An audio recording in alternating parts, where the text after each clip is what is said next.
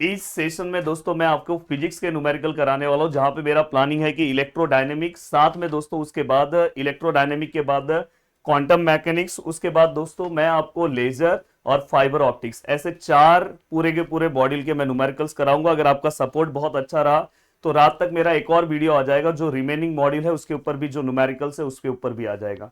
तो मैं उम्मीद कर रहा हूं कि आप पूरा का पूरा सेशन अच्छे से देखोगे। सबसे पहले यार वीडियो को लाइक कर दो। और एक चीज मैं आप सभी लोगों को स्टार्टिंग में बताना चाहता हूं कि भाई ये जो हमारा एप्लीकेशन है वहां पे हमने फ्री कंटेंट में कुछ चीजें आपके लिए डाली है। तो अगर आप ध्यान से, एक सेकेंड, फ्री कंटेंट में अगर आप आते हो, ये देखो, हाँ, फ्री कंटेंट में आप आते हो तो यहाँ पे देखो इंजीनियरिंग का सेक्शन आपको दिखाई देगा। एंड यहाँ पे देखो first year engineering, engineering physics, जहां पे हमने 2 लेसन के बहुत ही अच्छे नोट्स अपलोड किए हैं। तो आपका 2 लेसन आप चाहो तो 1 घंटे 1.5 घंटे में हो जाएगा। अगर आप इस वीडियो में बहुत ही अच्छा रिस्पॉन्स दिखाओगे तो हो सकता है कि शाम को अगर मुझे कुछ टाइम मिले तो मैंने बोला था कि एक दो जो लेसन है उसके भी मैं वन शॉट बना दूंगा, जिससे आपको फटाफट लर्निंग होगा। ये प्लीज इसका अगर आप एक बार वीडियो देख लोगे ना, पूरे क्वेश्चन लर्न हो जाएंगे। तो मैं चलता हूं दोस्तों, वन बाय वन चीजों को स्टार्ट करता हूं। सबसे पहला पार्ट हम स्टार्ट करेंगे दोस्तों इलेक्ट्रोडायनेमिक, जिसके न्यूमेरिकल्स बहुत ही ज्यादा इंपॉर्टेंट है और अपने को सॉल्व भी करना चाहिए। अब देखो यहाँ पे कुछ बेसिक कॉन्सेप्ट है जो लास्ट टाइम पे भी आप देख के चीजें समझ सकते हो। अब बेसिक कॉन्सेप्ट में क्या है दोस्तों, सबसे पहले देखो मैंने यहाँ पे ए वेक्टर लिखा। जनरली हम एक वेक्टर को कैसे लिखते हैं, जैसे देखो 2i plus 4j plus 6k, हम इस तरह से लिखते हैं। इन केस अगर हमें मैग्नीट्यूड निकालना तो हम मैग्नीट्यूड कैसे निकालते हैं दोस्तों, अंडर रूट लेंगे, 2 का हम स्क्वायर लेंगे, 4 का हम स्क्वायर लेंगे और दोस्तों हम 6 का स्क्वायर लेंगे। आप अपने कैलसी में बताओ, कमेंट करके आप मुझे बता सकते हो कि इसका आंसर क्या है। तो अगर मैं इसके कैलसी के अंदर लूं तो यहाँ पे देखो 2 का स्क्वायर प्लस 4 का स्क्वायर प्लस 6 का स्क्वायर, तो फाइनली जो मुझे आंसर मिल रहा है दोस्तों, वो मिल रहा है दोस्तों 2√14। इतना भी मैं रख सकता हूं। हाँ। अब जो आपको दो चीजें जिसके ऊपर जनरली आपको न्यूमेरिकल पूछे जा रहे हैं, वो दो चीजें आपको सीखना है। ये वेरी वेरी वेरी इंपॉर्टेंट, आपने ये 12th क्लास में ही पढ़ा है कि डॉट प्रोडक्ट हम कैसे निकालते हैं। यहाँ पे दो वेक्टर्स है, अगर सपोज मुझे डॉट प्रोडक्ट निकालना है, बहुत ही सिंपल है ये दोनों का। यहाँ पे क्या है दोस्तों 2, इसके आगे क्या है दोस्तों 2। यहाँ पे अगर आप देखोगे इसके आगे क्या है -3, इसके आगे क्या है -5, इसके आगे क्या है 6 और इसके आगे क्या है दोस्तों -5। और जनरली अगर मैं इसको सॉल्व करूँ तो 2 2 जा कितना होगा दोस्तों, देखो 2 multiply by 2 plus -3 multiply by -5 plus 6 multiply by 5। तो मेरा आंसर -11 आया। आप एक बार चेक कर लो कि आपका आंसर क्या आया। अब यहाँ पे ये पूरा का पूरा पार्ट होने के बाद दोस्तों अगर मैं ध्यान से देखूं कि अगर सपोज मुझे इसका क्रॉस प्रोडक्ट निकालना है, तो क्रॉस प्रोडक्ट हम जनरली कैसे निकालते हैं, यहाँ पे हम आई लिखते हैं, यहाँ पे हम जे लिखते हैं और यहाँ पे हम के लिखते हैं। अब यहाँ पे दोस्तों इसके बाद यहाँ पे पहले वेक्टर्स की वैल्यू, पहले वेक्टर्स की वैल्यू क्या है दोस्तों, 2 है, -3 है और 6 है। यहाँ पे 2 है, -5 है और -5 है। देन इसको अगर हम सॉल्व करेंगे डिटर्मिनेंट फॉर्म में तो अपना आंसर आ जाएगा। अब मैं आप सभी लोगों को ये बोलना चाहता हूं कि आपको कुछ बेसिक इंफॉर्मेशन होना चाहिए। जैसे दोस्तों मैं देखो यहाँ पे XYZ लिख रहा हूँ, मुझे अगर समझो del u by del x निकालना है, क्योंकि इसके अंदर यूज होने वाला है पार्शियल डेरिवेटिव। अभी रिसेंटली अपना मैथ्स का पेपर एंड हुआ है, तो अगर मुझे XYZ का अगर समझो पार्शियल डेरिवेटिव निकालना है विथ रिस्पेक्ट टू एक्स, तो एक्स का कितना आता है 1, तो हमारा YZ डायरेक्ट आंसर आएगा। अगर समझो मैं इसी का विथ रिस्पेक्ट टू अगर मैं y निकालने जा रहा हूं तो बस अपना फोकस y पे होगा, y का 1, तो हम यहाँ पे क्या लिखेंगे XZ। अगर मैं समझो इसका विथ रिस्पेक्ट टू z निकालने जा रहा हूं तो z का कितना आएगा 1, और डायरेक्ट यहाँ पे आंसर क्या आएगा दोस्तों XY। अगर सपोज दोस्तों यहाँ पे ऐसा है, प्लीज मुझे बताओ कि क्या आंसर आएगा। अगर समझो मैं del u by del x निकाल रहा हूँ तो मेरा फोकस बस x पे होगा, तो एक्स स्क्वायर का 2x, यहाँ पे वाई स्क्वायर, यहाँ पे जेड स्क्वायर।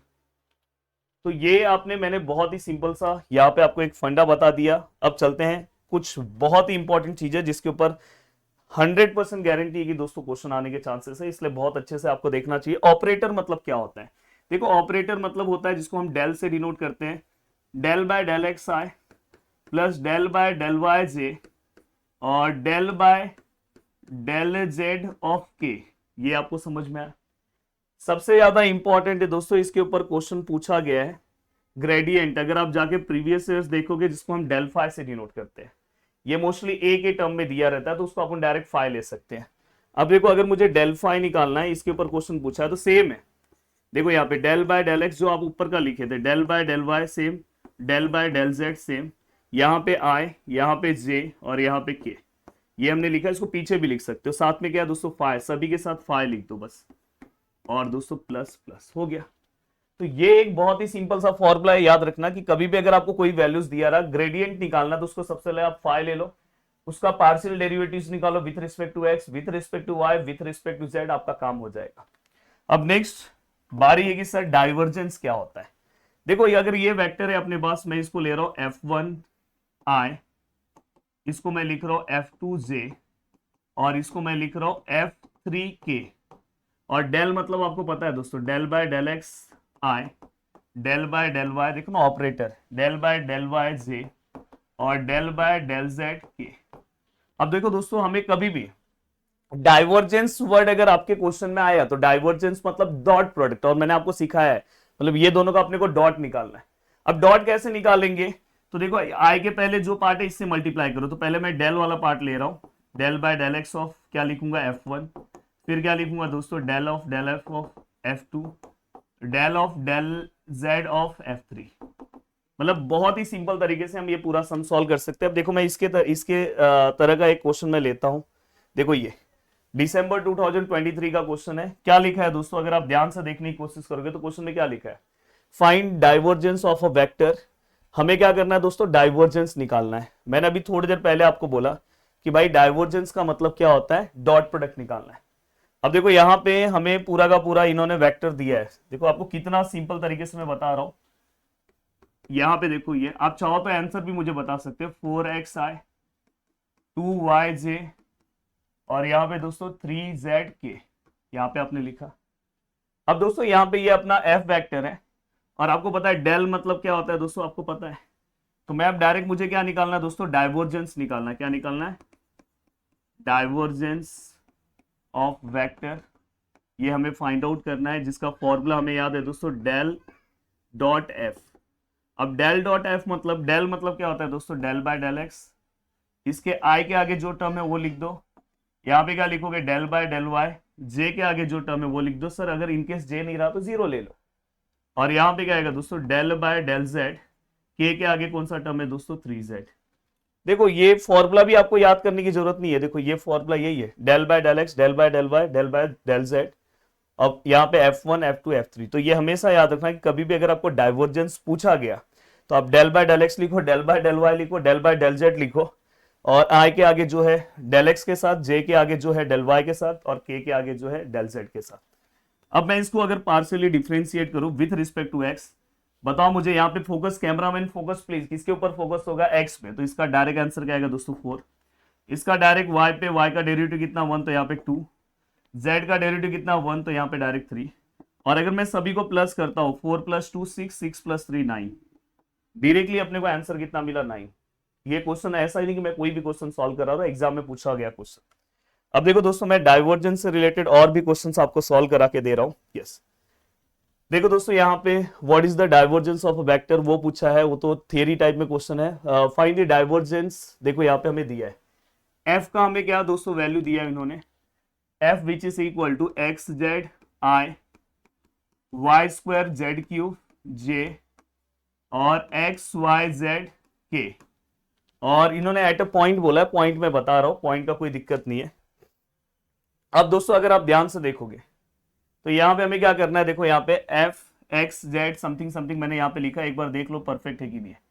अब देखो दोस्तों, आपको पता है फॉर्मूला क्या है दोस्तों, अगर मैं यहाँ पे डाइवर्जेंस निकाल रहा हूँ मतलब डेल इंटू एफ, यहाँ पे आप क्या लिखोगे दोस्तों, डेल बाय डेल एक्स, उसमें आई के आगे क्या है दोस्तों, x z, del by del y, j के आगे क्या है दोस्तों, y square z cube, del by del z, तो यहाँ पे अगर मैं बोलूँ तो माइनस एक्स वाई जेड है।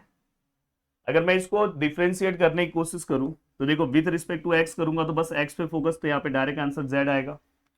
विथ रिस्पेक्ट टू वाई करूंगा तो 2y आएगा, क्योंकि वाई स्क्वायर का 2y होगा, और जेड क्यूब तो ऐसे ही रहेगा।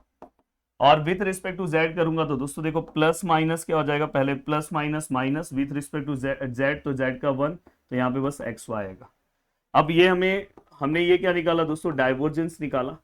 पर हमें क्या करना है, del dot f bar at point हमें दिया है, पॉइंट क्या दिया है दोस्तों, 3, -1, 2, मतलब ये x है, ये y है और ये z है। z की जगह पे हम क्या रखेंगे दोस्तों, 2, y की जगह पे हम क्या रखेंगे दोस्तों -1, z की जगह पे हम क्या रखेंगे दोस्तों 2 का क्यूब, और x के प्लेस पे हम क्या रखेंगे दोस्तों 3, और y के प्लेस पे क्या रखेंगे दोस्तों -1। अब मैं अगर इसको कैलसी में सॉल्व करूं तो 2 + 2 -1, 2 का क्यूब। आप भी मुझे आंसर बता सकते हो चैट बॉक्स में। क्या बात है। तो -11 हमारा इसका फाइनल आंसर आया दोस्तों, -11। यस, बहुत सारे लोगों का भी आंसर आया मेरे साथ, बहुत अच्छी बात है। रिसेंट पेपर का समय, अभी रिसेंटली ये क्वेश्चन पूछा गया है दोस्तों। अब देखो यहाँ पे, अब मैं अगर बात करूं, हाँ, अब देखो दोस्तों यहाँ पे ग्रेडियंट, ग्रेडियंट को भी आपको समझना होगा कि यहाँ पे देखो ग्रेडियंट पूछा है, ग्रेडियंट। ग्रेडियंट का फॉर्मूला मैंने पीछे क्या बोला, ग्रेडियंट मतलब क्या होता है दोस्तों, डेल फाई। यहाँ पे कोई डॉट प्रोडक्ट नहीं है। अब डेल मतलब क्या था दोस्तों, आपको याद होगा, del by del x, del by del y, del by del z. पर याद रखना यहाँ पे आई आता है, जे आता है, और यहाँ पे के। डॉट प्रोडक्ट में आई जे के नहीं आएगा, क्योंकि आई इंटू आई अगर हम करते हैं तो 1 हो जाता है, आई डॉट आई 1 हो जाता है।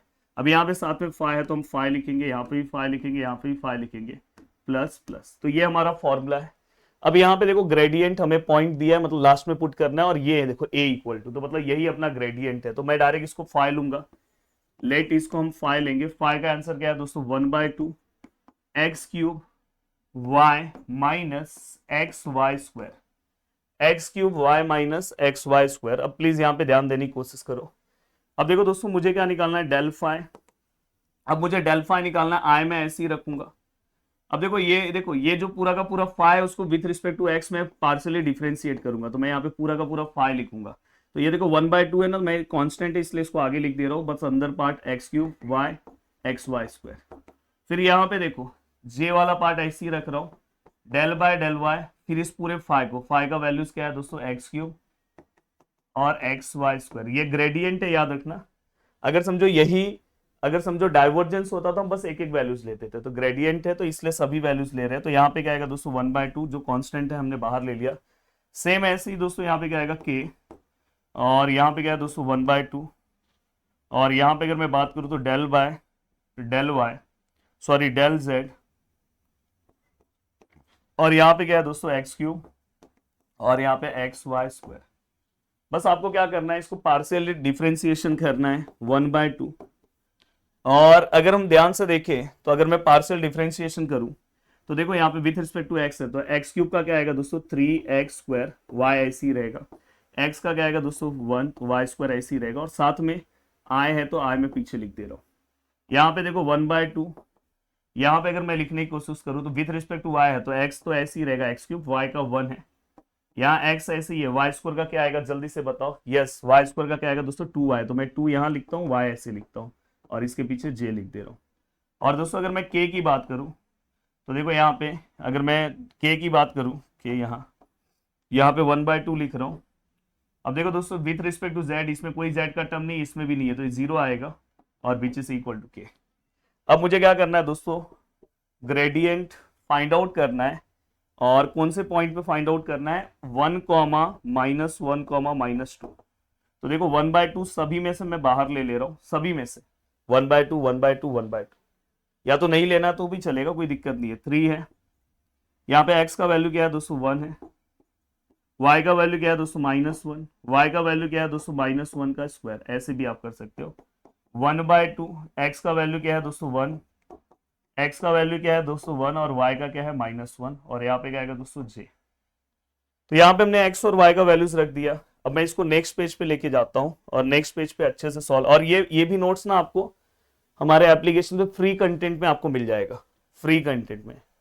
और दोस्तों मैंने आपको इंजीनियरिंग मैथमेटिक्स 2 का बैच लॉन्च कर दिया, जिसका अभी प्राइस बहुत कम है, बाद में कुछ दिनों के बाद उसका प्राइस चेंज हो जाएगा, तो अगर आपको लेना है तो ले लो भाई। तो देखो यहाँ पे 3 है, 1 है, -1 है, और -1 का स्क्वायर है, स्क्वायर देना मत भूलना। तो फाइनली यहाँ पे -4 आंसर आ रहा है, ये आई है, ये 1/2,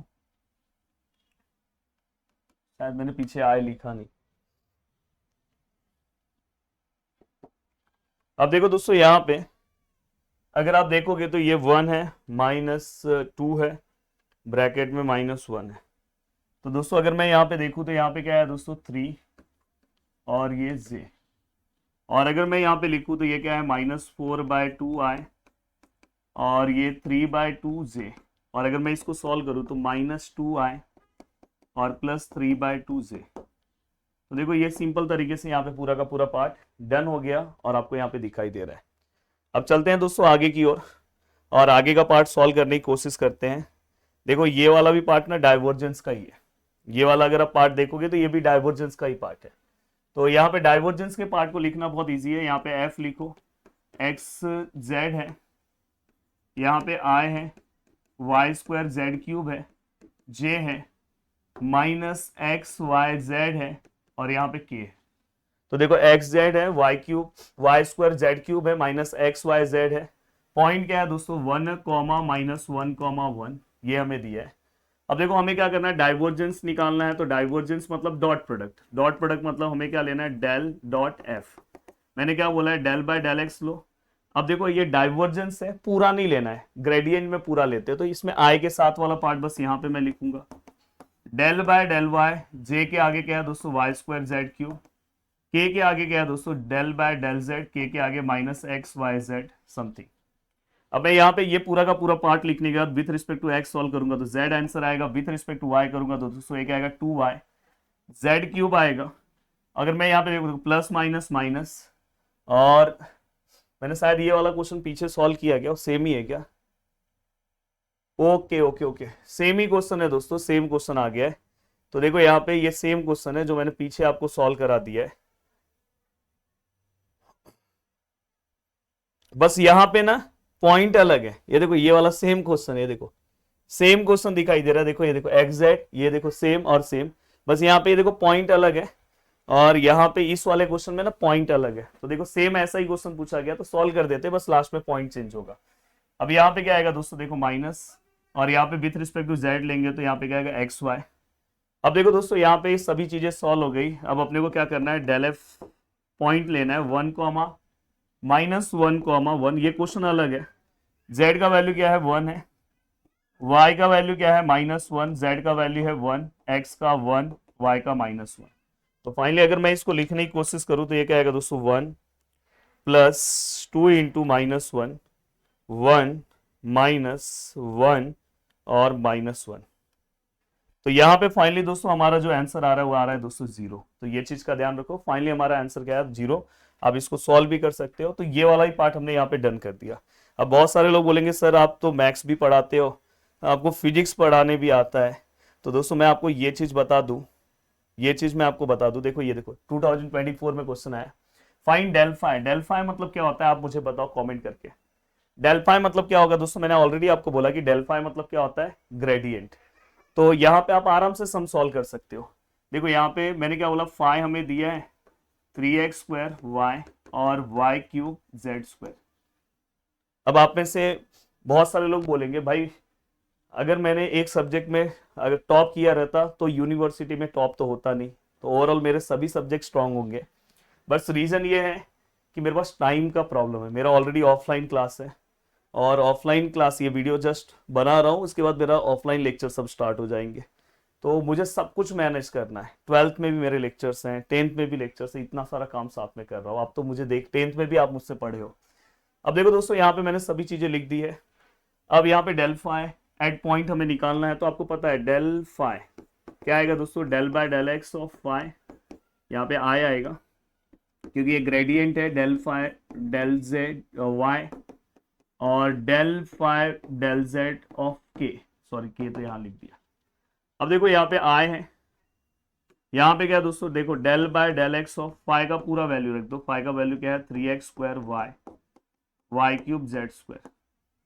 यहाँ पे अगर मैं जे लिखूं तो यहाँ पे देखो दोस्तों del by del y of phi का वैल्यू क्या है दोस्तों 3x² y, y³ z² और प्लस के del by del z. Phi का वैल्यू क्या है दोस्तों, फाई का वैल्यू, फाई के वैल्यू की अगर मैं बात करूं तो 3x² y -y³ z²। अब देखो यहाँ पे 3x² y, 3x² y, 3x² y, y³ z², y³ z², y³ z²। अब देखो दोस्तों यहाँ पे सभी पार्ट हो गया। यहाँ पे आए हैं, अगर मैं इसको पार्शियली डिफरेंशिएट करूं विथ रिस्पेक्ट टू एक्स तो विथ रिस्पेक्ट टू एक्स करूंगा तो यहाँ पे 2x आएगा। 2x अगर 3 से मल्टीप्लाई होगा बताओ कितना होगा, तो सर 6x हो जाएगा। ये 6xy, इसमें देखो x का कोई टर्म नहीं है तो ये पूरा 0 हो जाएगा, तो लिखने की जरूरत नहीं है। अब देखो आपको पार्शियल डेरिवेटिव समझ रहा होगा, विथ रिस्पेक्ट टू y है तो फोकस y पे रहेगा। तो देखो यहाँ पे 3x² ऐसे ही रहेगा, y का 1 तो ये क्या होगा 3x², y का क्या आएगा दोस्तों 3y² और ये z² ऐसे ही रहेगा। प्लस अगर मैं यहाँ पे लिखूं k, और यहाँ पे अगर मैं लिखूं दोस्तों देखो यहाँ पे 3 विथ रिस्पेक्ट टू z है, इसमें कोई z का टर्म नहीं है यहाँ पे है, तो -y³ आएगा और z² का क्या आएगा दोस्तों 2z। तो यहाँ पे हमने सभी चीजें लिखी। एक बार मैं परफेक्टली चेक कर ले रहा हूँ कि ये क्वेश्चन मैंने प्रॉपर लिखा है कि नहीं लिखा है। यस, ये भी प्रॉपर है और ये भी प्रॉपर है। तो देखो दोस्तों यहाँ पे 6x हो जाएगा और y है। यहाँ पे अगर मैं बात करूँ तो x का कोई टर्म नहीं है। यहाँ पे विथ रिस्पेक्ट टू y में सॉल्व कर रहा हूँ तो y का एक टर्म है, इसमें भी है, तो इसलिए दोनों सॉल्व होगा। और लास्ट में हाँ, अब आप सभी लोग मुझे ये जस्ट वैल्यू पुटअप करो डेल फाई का, और 1 कॉमा -1 कॉमा -2 कॉमा 1, और मुझे आप सभी लोग प्लीज इसका कमेंट करके आंसर बताओ कि यस सर इसका आंसर आ रहा है। जस्ट जहां जहां पे जो वैल्यूज है पुट करो। अब इस टॉपिक का कोई भी न्यूमेरिकल आएगा आपको सॉल्व करने आएगा, बट एक न्यूमेरिकल और आपको बता दूं, एक न्यूमेरिकल अपने को और सॉल्व करना है दोस्तों इस टॉपिक का।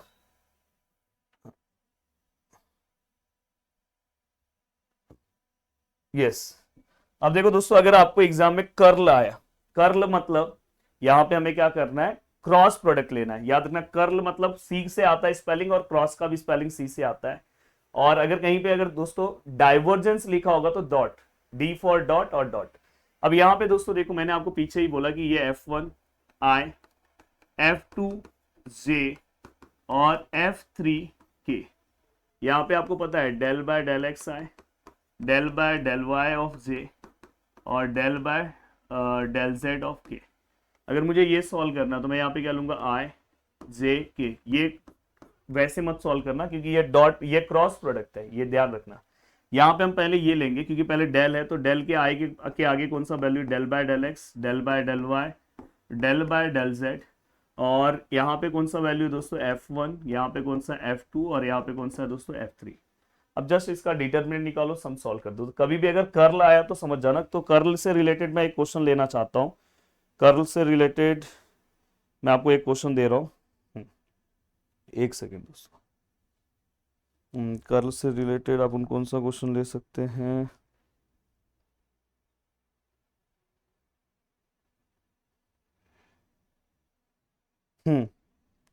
अब देखो दोस्तों यहां पे क्वेश्चन ले रहा हूं मैं, f vector which is equal to x plus 2y plus 4z i है, साथ में है दोस्तों plus 2x minus 3y minus z which is equal to j, and दोस्तों इसके बाद है 4x minus y plus 2z which is equal to k। अब देखो x plus 2y plus 4z which is i, 2x minus 3y minus z, 4x minus y plus 2z k। अब मैं यहाँ पे दोस्तों अगर मैं बात करूं, मुझे यहाँ पे अगर समझो मुझे यहाँ पे F1 निकालना, हाँ, और मुझे क्या क्वेश्चन में फाइंड आउट करना है, फाइंड, फाइंड कभी कर्ल लिखा होगा तो कभी ऐसा भी लिखा रहेगा। हमें क्या करना है, देखो डेल क्रॉस एफ निकालना है। डेल क्रॉस एफ निकालना है तो हम यहाँ पे क्या करेंगे, पहले F1 लिखेंगे, फिर F2 लिखेंगे और F3। मैं पिछले वाले क्वेश्चन में नहीं लिखता था, यहाँ इसलिए लिख रहा हूँ क्योंकि बहुत बड़ा है। तो ये क्या आएगा दोस्तों x plus 2y plus 4z, ये क्या आएगा दोस्तों 2x minus 3y minus z, और ये क्या आएगा दोस्तों 4x minus y plus 2z। अब यहाँ पे ये हमने पूरा का पूरा पार्ट लिखा है, x plus 2y plus 4z, 2x minus 3y minus z, something and something. अब देखो दोस्तों यहाँ पे मुझे डेल लेना है और मुझे क्रॉस क्या लेना है दोस्तों f। हमें फॉर्मूला पता है दोस्तों, यहाँ पे फॉर्मूला जानबूझ के थोड़ा सा बड़ा लिख रहा हूँ, i j k, ये मुझे पता है।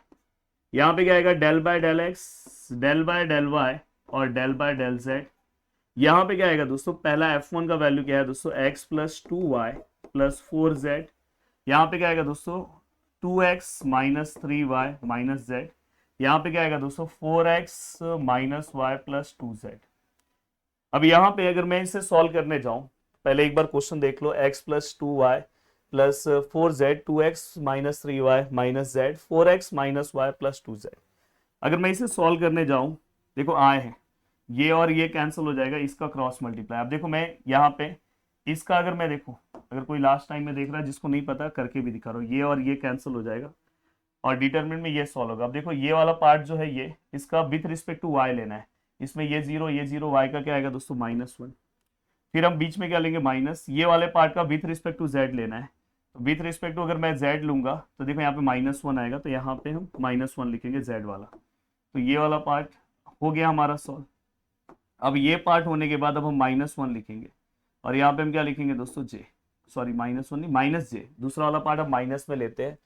अब यहाँ पे ये फर्स्ट रो में है, सेकंड कॉलम में कैंसल, इस वाले को with respect to x solve करूंगा तो क्या आएगा दोस्तों 4, इस वाले को with respect to z solve करूंगा तो क्या आएगा दोस्तों 4। अब ये दोनों भी सॉल्व हो गया दोस्तों। अब हमें क्या करना है, प्लस यहाँ पे क्या आएगा k, अब ये k आया तो ये और ये कैंसल, ये वाला विथ रिस्पेक्ट टू x तो यहाँ पे क्या आएगा दोस्तों 2, ये वाला विथ रिस्पेक्ट टू y तो यहाँ पे क्या आएगा दोस्तों 2। अब जनरली अगर आप इसे सॉल्व करते हो तो बताओ, कमेंट करके बताओ आपका आंसर कितना आ रहा है। देखो ये आए हैं, यहाँ पे अगर आप देखोगे -1 +1, यहाँ पे j है, ये डायरेक्ट 0, ये डायरेक्ट 0, ये k है, ये भी डायरेक्ट 0। तो फाइनली दोस्तों ये आए, ये 0, ये वाला ही पार्ट क्या आएगा दोस्तों 0 और ये वाला ही पार्ट क्या आएगा 0। तो फाइनली इसका आंसर डायरेक्ट 0 आ जाएगा।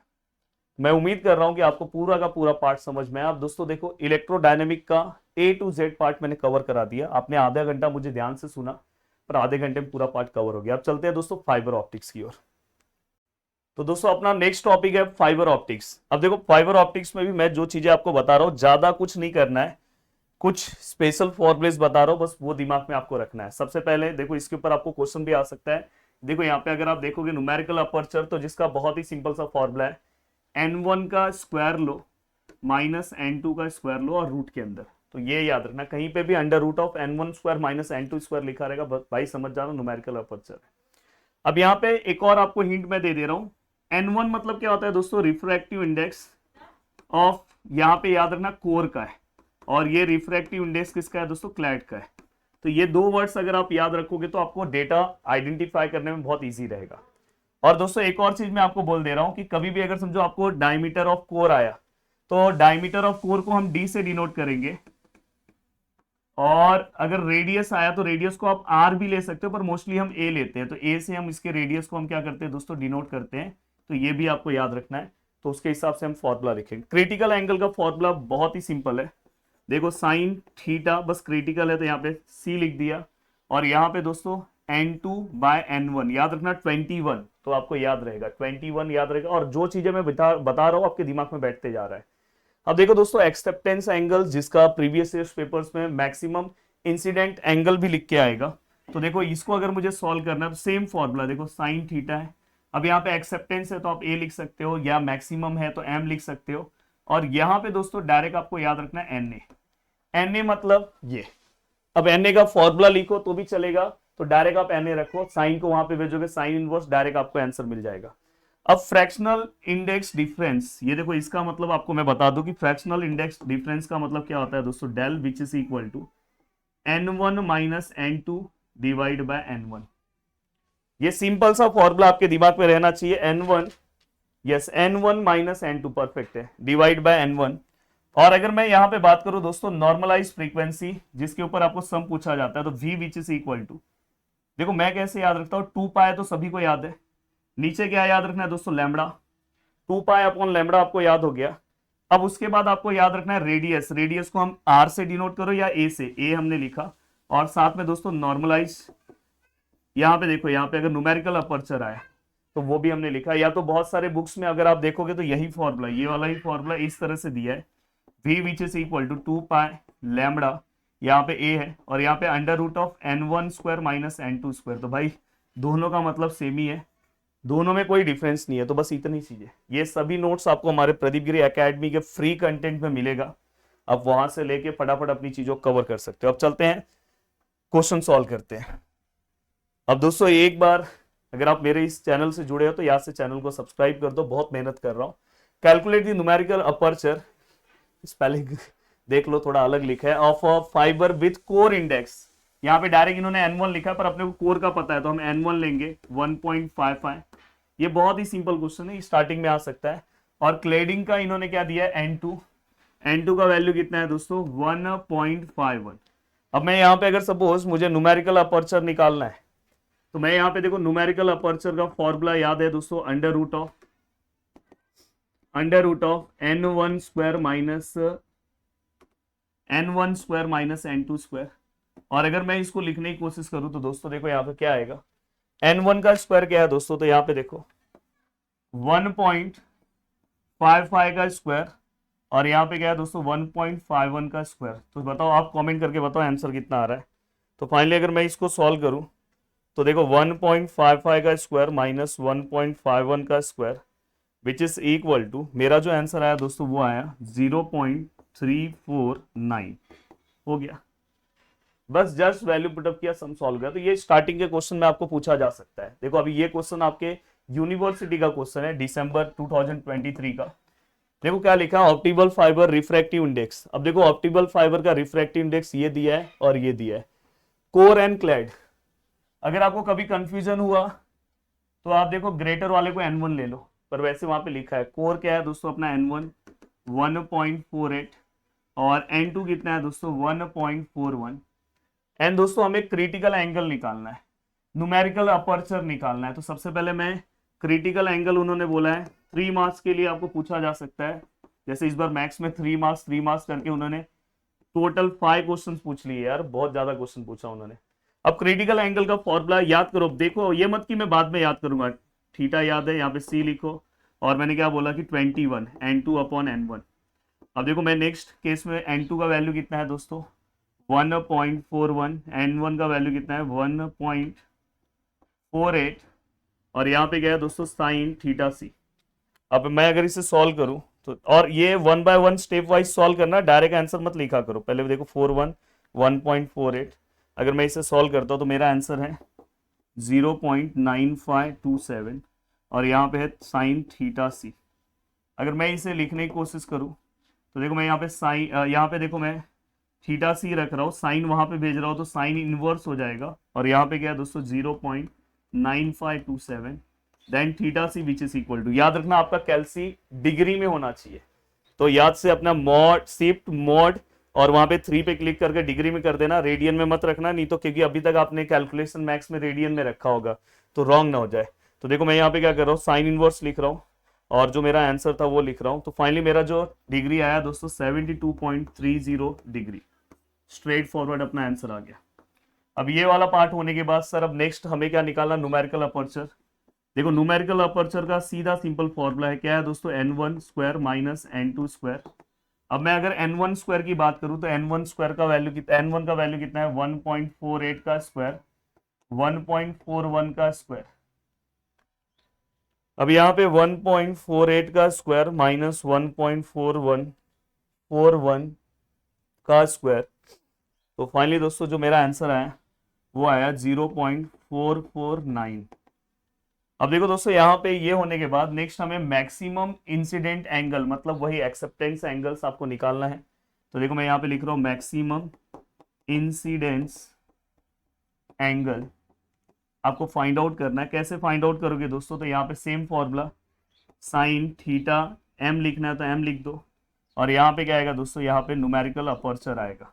प्लीज अगर आप पीछे देखोगे तो देखो यहाँ पे साइन, देखो यहाँ पे नेक्स्ट स्टेप पे मैं लिख रहा हूँ साइन थीटा m है अपने पास, न्यूमेरिकल अपर्चर का आंसर कितना है दोस्तों 0.449। नेक्स्ट स्टेप में ये थीटा m होगा, साइन वहां पे जाएगा तो क्या आएगा दोस्तों साइन इनवर्स 0.449। अब यहाँ पे अगर मैं सम सॉल्व करूँ तो देखो साइन इनवर्स 0.449, सॉरी, तो यहाँ पे हमारा स्ट्रेट फॉरवर्ड जो थीटा m का जो आंसर आएगा दोस्तों वो कितना है 26.67 डिग्री। याद रखना कैल्सी डिग्री मोड पे होना चाहिए। हो गया, पूरे मार्क्स मिल गए। अब यहां तक का पार्ट होने के बाद अब चलते हैं दोस्तों आगे की ओर। यस, अब देखो ये सम आपको सॉल्व करने आना चाहिए। A step index fibre has core diameter, देखो यहाँ पे कोर डायमीटर बोला है, तो मैंने हमेशा बोला कि उसको आप ए से डिनोट करो, सॉरी पहले डी से, डायमीटर है तो डी से। अब डी से मैंने डिनोट किया, डी का वैल्यू कितना है 33 × 10⁻⁶ मीटर। अब यहाँ पे अगर हम ध्यान से देखें दोस्तों, तो यहाँ पे अगर मैं इसको रेडियस में कन्वर्ट करूँ तो रेडियस मतलब ए हम लिखेंगे, मैं जानबूझ के यहाँ पे आर लिख रहा हूँ, 33 इंटू 10⁻⁶ डिवाइड बाई 2, तो मैं यहाँ पे ले रहा हूँ मीटर। तो ये अपना एक डेटा हो गया। Refractive indices of core and cladding are, पहला कोर दिया है तो N1 कितना आएगा दोस्तों 1.56 और N2 कितना आएगा दोस्तों 1.5189। एंड दोस्तों if the light of wavelength, यहाँ पे लैम्बडा का वैल्यू दिया है दोस्तों 1.3 म्यू एम, तो यहाँ पे हम क्या करेंगे दोस्तों 1.3 इंटू 10⁻⁶, इसको हम मीटर में कन्वर्ट कर देंगे। अब यहाँ पे अगर आप देखोगे ध्यान से दोस्तों, then determine the normalize frequency, हमें क्या करना है नॉर्मलाइज फ्रीक्वेंसी फाइंड आउट करना है। और दोस्तों यहाँ पे अब यहाँ पे अगर मैं नॉर्मलाइज फ्रीक्वेंसी की बात करूं तो देखो नॉर्मलाइज फ्रीक्वेंसी अगर मैं यहाँ पे सॉल्व करने की कोशिश करूं तो सबसे पहले मुझे पता है कि उसके फॉर्मूले में Na आता है, तो Na निकाल दो। Na का आंसर क्या आएगा दोस्तों N1 square minus N2 square. अब N1 का आंसर कितना आएगा दोस्तों, अगर मैं ध्यान से देखूं तो अंडर रूट ऑफ N1 कितना है दोस्तों, N1 1.56 का स्क्वायर और 1.5189 का स्क्वायर। अब यहाँ पे अगर मैं ध्यान से देखूं तो ये 1.56 का स्क्वायर माइनस 1.5189 का स्क्वायर, और सीधा सीधा यहाँ पे जो हमारा आंसर आ रहा है दोस्तों वो आ रहा है 0.3557। ये न्यूमेरिकल अपर्चर का हमारा आंसर आया। अब न्यूमेरिकल अपर्चर का ये आंसर आने के बाद नेक्स्ट हमारा टारगेट क्या है दोस्तों, नेक्स्ट टारगेट हमें नॉर्मलाइज फ्रीक्वेंसी निकालना है। तो हम फॉर्मूला क्या लिखेंगे 2π अपॉन लैम्बडा इंटू ए, और यहाँ पे क्या आएगा दोस्तों न्यूमेरिकल अपर्चर 2π इंटू ए का वैल्यू कितना है दोस्तों 33/2 इंटू 10⁻⁶। न्यूमेरिकल अपर्चर का कितना है 0.3557, और यहाँ पे क्या है दोस्तों डिवाइड में लैम्बडा का वैल्यू कितना है दोस्तों, लैम्बडा का कितना है 1.3 इंटू 10⁻�6। देखो मैंने सभी वैल्यूज रख दिए, अगर आप ध्यान से देखोगे 10⁻⁶, 10⁻�6 कैंसिल कर दो, बाकी को सबको मल्टीप्लाई कर दो 2 इंटू पाई अपॉन 1.3 इंटू 33/2 और इंटू 0.3557, सॉरी। तो जो हमारा आंसर आया दोस्तों नॉर्मलाइज फ्रीक्वेंसी का 28.36। एक बार हम चेक करते हैं कि जो हमारा आंसर है वो परफेक्ट है कि नहीं, जो हमने आंसर निकाला था उससे मैच हो रहा है कि नहीं। एक सेकंड, हाँ यस 28 पॉइंट, मेरे पास जो आंसर आया जो हमने आंसर निकाला था वो 4 है, पर हमने बाय कैलकुलेशन क्या निकाला है दोस्तों 28.36। तो ये आंसर भी अपना क्या है दोस्तों परफेक्ट है। अब यहाँ पे ये वाला आंसर होने के बाद अब हमें आगे की ओर जाना है। अब आगे इन्होंने क्या बोला है दोस्तों कि whether the fibre support the single mode और मल्टी मोड। तो हमेशा याद रखना कि जब भी हमारा आंसर दोस्तों, जब भी हमारा नॉर्मलाइज जो फ्रीक्वेंसी है दोस्तों अगर लेस देन रहेगा, किससे लेस देन रहेगा 2.405 से, तो हमारा जो फाइबर होगा दोस्तों वो कैसा रहेगा सिंगल मोड। जब इससे कम होगा, पर यहाँ पे दोस्तों इससे कम नहीं है, तो यहाँ पे हमारा जो V का आंसर है ग्रेटर है, किससे ग्रेटर है दोस्तों 2.405 से, इसलिए हमारा जो फाइबर है दोस्तों वो कौन सा है मल्टी मोड है। हो गया, 1 मार्क्स आपको इसका ही मिलेगा। Here normalize frequency is greater than 2.405, therefore the given fibre is multi mode. हो गया, फट आपने पूरा का पूरा पार्ट कवर कर दिया। अब देखो दोस्तों एक क्वेश्चन मैं आपको देना चाहता हूं, प्लीज हर बच्चा इस क्वेश्चन को सॉल्व करे। यहाँ पे अगर आप ध्यान से देखोगे ग्लैड, देखो यहाँ पे glass glad the bed of core reflective index 1.5। तो यहाँ पे अगर आप ध्यान से देखोगे core glass of reflective index मतलब अपने को क्या दिया दोस्तों N1 कितना दिया दोस्तों 1.5 and the cladding is drop given the fractional. देखो यहाँ पे फ्रैक्शनल इंडेक्स डिफरेंस दिया है, जो मैंने आपको पीछे फॉर्मूला दिया था जिसको हम del N1 minus N2 upon N1 लिखते हैं। तो दोस्तों देखो यहाँ से ये आपको वैल्यू डायरेक्ट दिया है, ये कितना दिया है दोस्तों 0.005 और 0 एक और 0 है दोस्तों, एक और 0 है तो 0.5। यहाँ पे N1 का वैल्यू कितना है दोस्तों 1.5, N2 नहीं पता है, N1 कितना है दोस्तों 1.5। क्या करना है नेक्स्ट स्टेप में आप इसको यहाँ पे लेके जाओ, देखो 0.0005 सॉरी 5 मल्टीप्लाई बाय 1.5, ये जो हमारा आंसर आया तो ये कितना है ये दोनों का मल्टीप्लीकेशन किया तो दोस्तों 7.5 इंटू 10⁻⁻⁴ आया 1.5 माइनस n2। अब जो मेरा आंसर आया दोस्तों उसको मैं क्या करूंगा दोस्तों, यहाँ पे देखो n2 मैं यहाँ पे ले रहा हूँ प्लस, तो n2 प्लस हो गया और ये क्या है 1.5 माइनस 7.5 इंटू 10⁻⁴ तो यहाँ पे 1.5 माइनस 7.5 इंटू 10⁻⁻⁴ आपका कितना आंसर आया दोस्तों? मेरा जो आंसर आया 14,999 परफेक्ट आंसर है दोस्तों। तो ये जो आंसर है मेरा n2 का जो मेरा आंसर है दोस्तों कितना है 1.49925 ही है, चाहिए तो लिख दो। अब देखो दोस्तों ये जस्ट मैंने इसलिए बताया कि ये वाला भी न्यूमेरिकल आपको पता होना चाहिए। तो n1 और n2 आ गए अपने पास। अब आपको देखो यहाँ पे इंडेक्स निकालना, हमने निकाल दिया। अब क्रिटिकल यहाँ पे इंटरनल रिफ्लेक्टिव इंडेक्स मतलब क्रिटिकल एंगल आपको निकालना है, फॉर्मूला आता है। एक्सटर्नल क्रिटिकल एक्सेप्टेंस एंगल्स निकालना है एंड न्यूमेरिकल एपर्चर्स निकालना है, तो ये सब आपको आता ही है। तो यहाँ पे हमारा ये दूसरे लेसन का भी न्यूमेरिकल कंप्लीट हो गया। अब दूसरे लेसन का न्यूमेरिकल कंप्लीट होने के बाद अब हम चल रहे हैं नेक्स्ट हमारा जो लेसन है दोस्तों। अब नेक्स्ट लेसन का न्यूमेरिकल कवर करते हैं क्वांटम मैकेनिक्स का। चलते हैं दोस्तों नेक्स्ट सम की ओर। और नेक्स्ट इसके अंदर जो प्रीवियस ईयर्स न्यूमेरिकल पूछे गए वो मैं आपको करा दे रहा हूं। देखो सबसे पहले इसके अंदर अब देखो क्या लिखा है, proton is moving with velocity यहाँ पे दिया है।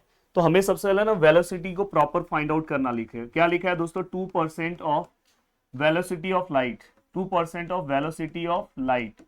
तो दोस्तों आपको सबसे पहले 2% का मतलब पता होना चाहिए 2/100। वेलोसिटी ऑफ लाइट कितना होता है दोस्तों 3 इंटू 10⁸ मीटर पर सेकेंड। तो यहाँ पे अगर मैं इसको सॉल्व करूँ, इस पूरे डेटा को अगर मैं सॉल्व करने की जरूरत नहीं है, बस आप इतना ही रखे रहो। आगे हम इस डेटा का बस क्या करेंगे, डायरेक्ट यूज करेंगे। तो ये आपको पता होना चाहिए। Calculate the D Broglie's wavelength, हमें क्या करना है, फाइंड आउट करना है। जो आपने 12th में भी इसका फॉर्मूला पढ़ा है दोस्तों, बहुत ही सिंपल सा फॉर्मूला है, H/P, जिसको हम P को mv बोलते हैं। तो देखो lambda which is equal to H/mv। अब दोस्तों देखो यहाँ पे H का वैल्यू आपको पता है, मैंने बाजू में भी लिखा है, पर आपको पता है 6.63 इंटू 10⁻⁻34। आपको प्लैंक कांस्टेंट का वैल्यू पता है सभी को और याद रहना चाहिए। देन दोस्तों ये होने के बाद आपको यहाँ पे m मतलब यहाँ पे मास ऑफ प्रोटॉन का वैल्यू पता होना चाहिए। कभी कभार अगर इलेक्ट्रॉन लिख के आया तो आपको इलेक्ट्रॉन का ही पता होना चाहिए, जो मैंने आपको लेजर वाले न्यूमेरिकल में बताया है, जो इसके बाद में करवाने वाला हूँ। तो दोस्तों यहाँ पे इसका जो वैल्यू है मैंने यहाँ पे लिखा है दोस्तों, देखो 1.673 इंटू 10⁻⁻27। ऐसे आपको पूरा डेटा याद होना चाहिए। एंड दोस्तों अगर मैं v की बात करूं तो वेलोसिटी का आंसर कितना है दोस्तों, देखो मैंने यहाँ पे निकाला है 2/100 into 3 into 10⁸। Just value put up करो, आपका आंसर आ जाएगा। जस्ट इस पूरे वैल्यूज को अगर आप पुटअप करते हो, देखो 6.63 इंटू 10⁻⁻34 और यहाँ पे क्या है 1.673 इंटू 10⁻⁻27 इंटू 2/100 इंटू 3 10⁻⁸। तो देखो मैंने यहाँ पे सभी चीज लिखी और जो मेरा फाइनल आंसर मिला दोस्तों वो मिला 6.6049 इंटू 10⁻⁻14 मीटर आएगा दोस्तों। याद रखना लैम्बडा। अगर आपको इसको एंगस्ट्रॉम में कन्वर्ट करना है तो आप कर सकते हो, पर या तो आप इसको इतना रखना है तो इतना भी रख सकते हैं। अब चलते हैं दोस्तों नेक्स्ट क्वेश्चन की ओर। Electrons is accelerated by the potential difference of 10, यहाँ पे देखो किलो वोल्ट बोला है तो इसलिए मैं इसको V से डिनोट कर रहा हूँ। 10 किलो वोल्ट को हम किस तरह से लिखेंगे, किलो मतलब 10⁻³ और फाइनली मैं इसको 10⁻⁴ वोल्ट बोल सकता हूँ। ये भी क्वेश्चन पूछा गया, प्रीवियस ईयर्स का क्वेश्चन है और हमें फिर से डी ब्रोगलीज वेवलेंथ क्या करना है, फाइंड आउट करना है। अब देखो ऐसे केस में अगर आपको V दिया है तो आपको कौन सा फॉर्मूला यूज करना है, तो आपको ये डायरेक्ट फॉर्मूला यूज करना है दोस्तों, lambda which is equal to, ये भी आपने 12th क्लास में पढ़ा है 12.26 और अंडर रूट ऑफ क्या है दोस्तों V। हाँ ये जो आपको आंसर देगा डायरेक्ट एंगस्ट्रॉन में आंसर देगा, तो ये चीज का ध्यान रखना। 12.26 और अंडर रूट ऑफ यहाँ पे V का आंसर कितना है दोस्तों, तो V का आंसर है 10⁻⁴ और डायरेक्ट जो भी आपका आंसर आएगा दोस्तों एंगस्ट्रॉन में आएगा, तो प्लीज कमेंट करके बताओ। तो 12.26 अपॉन अंडर रूट ऑफ 10⁻⁴ क्या आएगा दोस्तों 4 और अगर मैं इसको सॉल्व करूं तो मेरा आंसर आ रहा है 0.1226 एंगस्ट्रॉन। तो दोस्तों यहां से ये देखो ये वाला जो क्वेश्चन है दोस्तों कब आया था, मई 22 में आया था और इसके पहले वाला क्वेश्चन कब आया था दोस्तों, ये दिसंबर 22 का क्वेश्चन है। तो ये आपको इस क्वेश्चन के बारे में भी आइडिया होना चाहिए, जो मैंने आपको बहुत ही अच्छे तरीके से करा दिया। और इसके बाद अब चलते हैं दोस्तों लेजर की ओर। पहली चीज मैं यहाँ पे बताना चाहता हूँ कि आपको कुछ ये बेसिक फॉर्मूलेस याद होने चाहिए। अगर आपको ये बेसिक फॉर्मूले बहुत अच्छे से याद है तो आप आराम से इस टॉपिक में बहुत अच्छा काम कर सकते हो। जैसे अगर मैं बात करूं तो यहाँ पे जो सबसे ज्यादा फेमस फॉर्मूला है दोस्तों ये है। अगर आपने पॉपुलेशन इन्वर्जन पढ़ा होगा तो उसके अंदर मैंने ये फॉर्मूला आपसे याद कराया था, और हर फॉर्मूला मैं अभी आपसे याद कराऊंगा। देखो एक सिंपल सा मैंने कैसे याद रखा है, N2 अपॉन N1। बहुत सारे यूनिवर्सिटी में इसको हम N अपॉन N0 भी लिखते हैं, वो भी चलेगा, ये भी चलेगा। और दोस्तों e⁻², मैं यहाँ पे क्या कर रहा हूँ दोस्तों, देखो यहाँ पे केटी नहीं आना चाहिए, तो ये याद हो गया आपको, नहीं आना चाहिए इसलिए माइनस है। और यहाँ पे डेल्टा ई लिखा हूं मैं। डेल्टा ई अगर आपको नहीं लिखना है तो वहां पे आप E2 माइनस E1 भी लिख सकते हो। ये एक फॉर्मूला आपको याद हो गया। यहाँ से देखो डेल्टा ई ये सब आपको दिया होगा, अगर नहीं दिया है डेल्टा ई का वैल्यू तो आपको इस फॉर्मूले से निकालना होगा। ये फॉर्मूला ऑलरेडी हमने 12th क्लास में पढ़ा हुआ है। देखो यहाँ पे एच है, एच मतलब प्लैंक कांस्टेंट होता है, जिसका वैल्यू ये है 6.626 इंटू 10⁻⁻34। बहुत सारे बुक में 6.63 भी लिखा है तो भी चलेगा, कोई दिक्कत नहीं है। तो ये आपको याद रखना है। देन सी मतलब क्या आएगा दोस्तों, वेलोसिटी ऑफ लाइट, तो इसका क्या आता है 3 इंटू 10⁻8। और दोस्तों यहाँ पे अगर आप देखोगे लैम्बडा, इसका वैल्यू आपको दिया होगा। तो कभी कभार अगर आपको याद रखना कि अगर आपको ई नहीं दिया है तो आपको इस फॉर्मूले से निकालना है, ये चीज का आपको ध्यान रखना है। इन केस कभी कभार अगर समझो आपको इसका वैल्यू दे दिया है, जैसे अगर समझो आपको स्ट्रेट फॉरवर्ड इन्होंने यहाँ पे, एक सेकंड, यहाँ पे अगर समझो ये वैल्यू इन्होंने दे दिया है, यहाँ पे डेल्टा ले लो, अगर समझो इन्होंने यहाँ पे ये वैल्यू दे दिया है और आपको बोला है लैम्बडा निकालने को, तो आप लैम्बडा का भी यूज करके, इस फॉर्मूले का यूज करके आप निकाल सकते हो। ये दोस्तों देखो इस फॉर्मूले के लिए के का वैल्यू आपको पता होना चाहिए। ये देखो यहाँ पे बोल्टमैन कांस्टेंट जिसे हम बोलते हैं, बहुत ही सिंपल सा वैल्यू 1.38। एक बार लिख लेना क्योंकि ये पेपर में आएगा नहीं, आपको पता होना चाहिए 10⁻⁻23। ये याद रखो 1.38 इंटू 10⁻⁻23।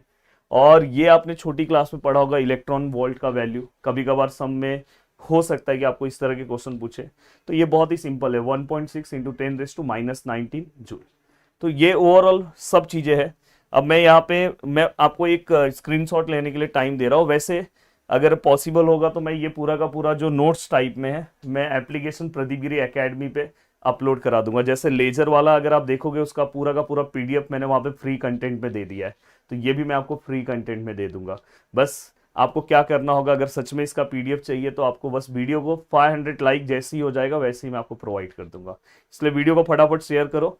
जैसे ही 500, जैसे उस वीडियो को 500 लाइक हो गया मैं उसका आज प्रोवाइड कर दिया हूँ, ऐसे इसका भी 500 लाइक हो जाएगा, इसको भी मैं प्रोवाइड कर दूंगा। बस ये मैं मेरे मोटिवेशन के लिए बोलता हूँ कि जिससे आप लोग सपोर्ट दिखाते हो और मैं बहुत अच्छा काम करता हूँ।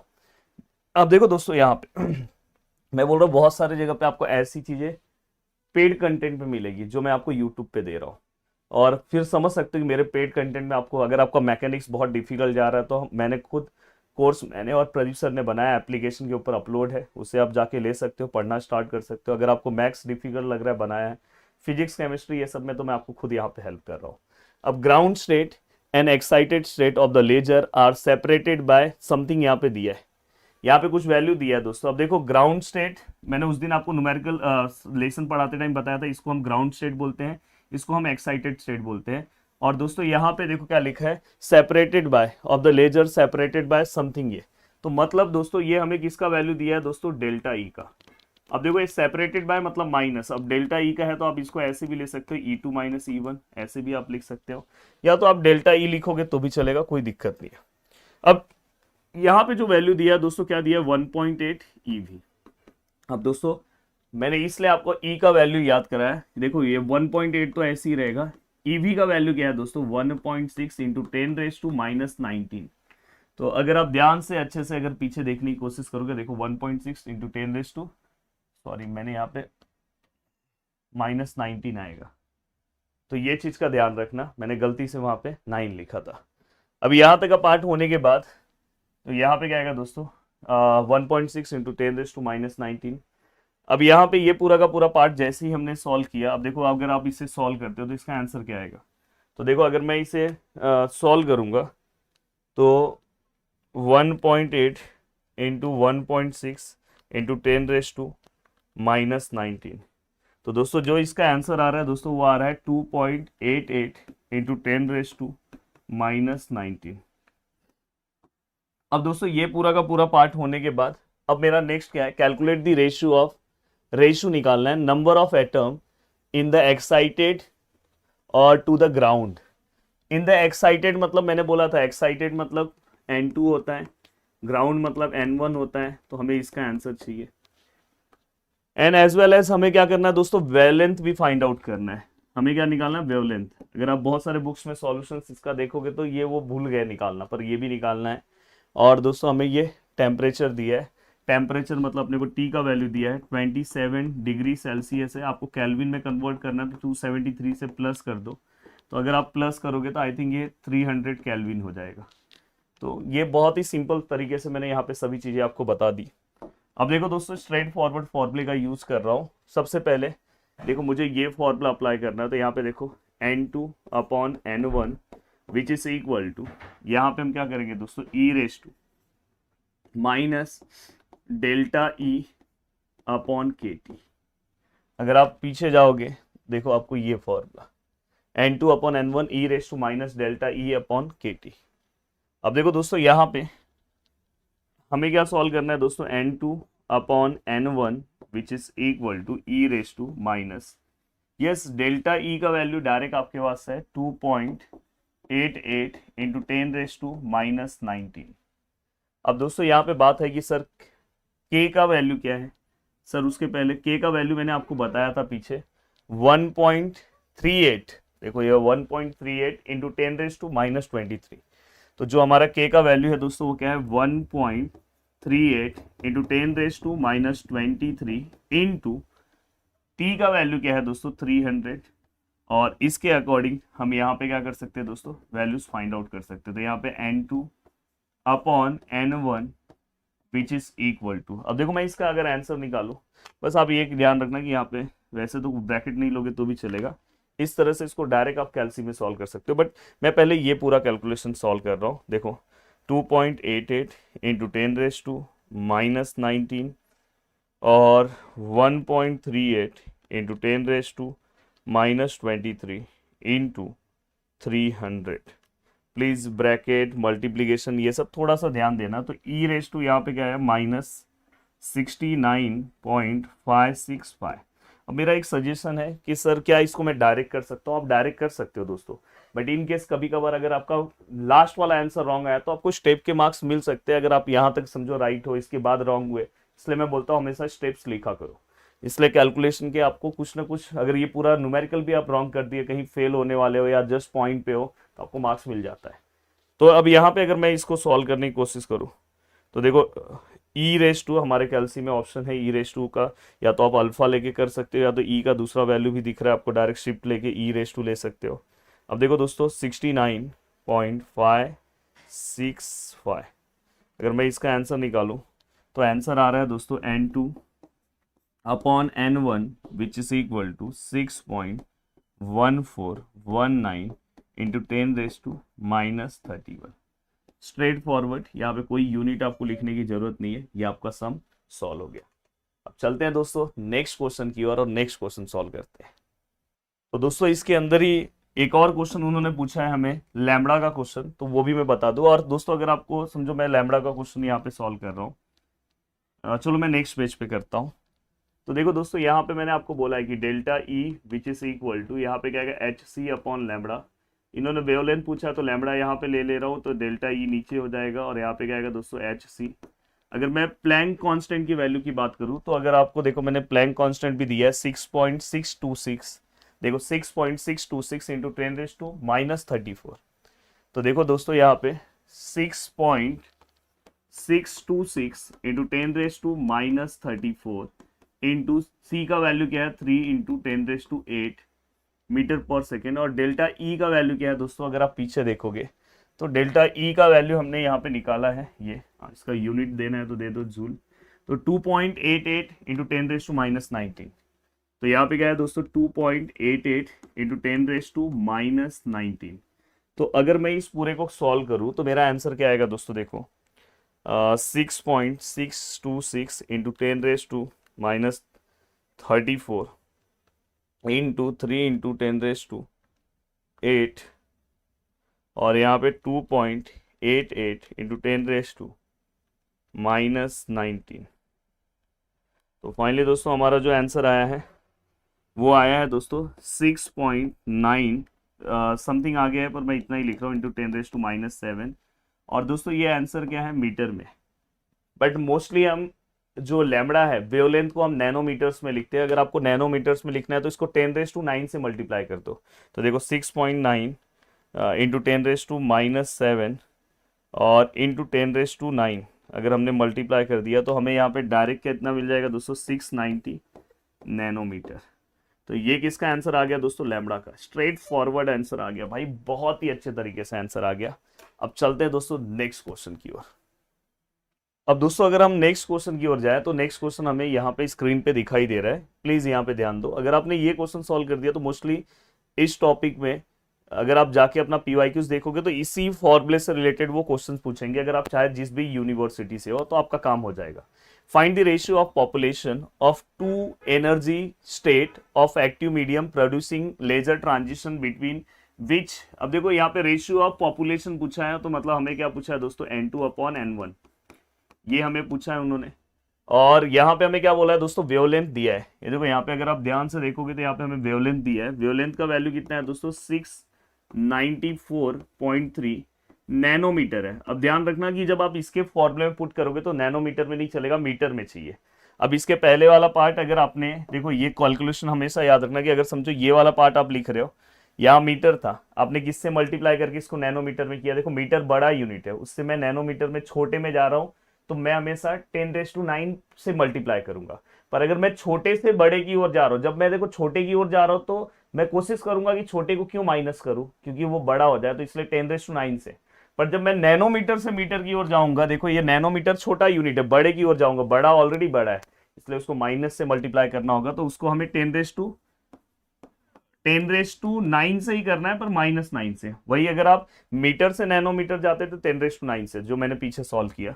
तो ये मोस्टली एक इसमें कन्वर्ट हो गया दोस्तों मीटर में।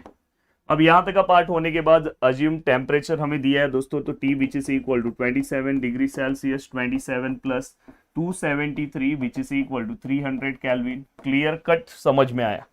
अब यहां तक की चीजें अगर आपको समझ में आ गई कि यस सर यहां तक की चीजें समझ में आ गई, अब हम क्या करें। अब यहां तक की चीजें अगर आपको बहुत ही अच्छे से समझ में आ गई तो अब आपको आगे क्या करना चाहिए दोस्तों, देखो अब स्ट्रेट फॉरवर्ड फॉर्मूला अप्लाई करो। बट यहाँ पे एक सबसे बड़ा प्रॉब्लम क्या आएगा पता है, डेल्टा ई नहीं दिया है, जैसे हमें पीछे दिया था, यहाँ पे दिया नहीं है। तो मुझे सबसे पहले क्या करना होगा पता है, डेल्टा ई निकालना होगा। डेल्टा ई का फॉर्मूला हमने पढ़ा है दोस्तों, HC/लैम्बडा। एच का वैल्यू कितना है दोस्तों, आपको पता है 6.626 इंटू 10⁻⁻34। अगर आपको भरोसा नहीं है तो आप पीछे देख सकते हो, देखो 6.626 इंटू 10⁻34 वही मैंने लिया। और इनटू यहां पे अगर सी के वैल्यू की बात करूं तो 3 इंटू 10⁻8, और लैम्बडा की वैल्यू की बात करूं तो लैम्बडा का वैल्यू है 694.3 इंटू 10⁻⁻9। अब ओवरऑल अगर मैं इसे सॉल्व करूं तो इसका आंसर कितना आएगा भाई, कैलसी है हमारे पास। अब देखो दोस्तों यहाँ पे 6.626 इंटू 10⁻34 इंटू 3 इंटू 10⁻8, और यहाँ पे गया है दोस्तों 694.3 इंटू 10⁻⁻9। ओवरऑल अगर मैं इसे सॉल्व करूँ तो इसका आंसर दोस्तों कुछ आ रहा है 2.863 इंटू 10⁻19। तो ये इसका आंसर आ रहा है। अब मुझे क्या करना है दोस्तों, इसको कन्वर्ट करना है, किस में कन्वर्ट करना है, इस फॉर्मूले में। तो देखो N2/N1 which is equal to e⁻⁻डेल्टा ई अपॉन KT। देखो e⁻, अब यहाँ पे देखो मैं सब वैल्यूज लिखूंगा। डेल्टा ई का वैल्यू हमने निकाला है दोस्तों 2.863 इंटू 10⁻19, और के का वैल्यू कितना है दोस्तों, के का वैल्यू, द वैल्यू ऑफ के 3 नहीं, के का वैल्यू तो वो है कांस्टेंट वाला 1 देखो यहाँ पे 1.38, ये देखो ये वाला के का वैल्यू। अगर आप ध्यान से देखोगे तो के का वैल्यू हमने लिखा था, यहाँ पे यूज किया, देखो 1.38 इंटू 10⁻⁻23, ये देखो बोल्टमैन कांस्टेंट 1.38 इंटू 10⁻⁻23 कहाँ गया, हाँ 10⁻⁻23 इंटू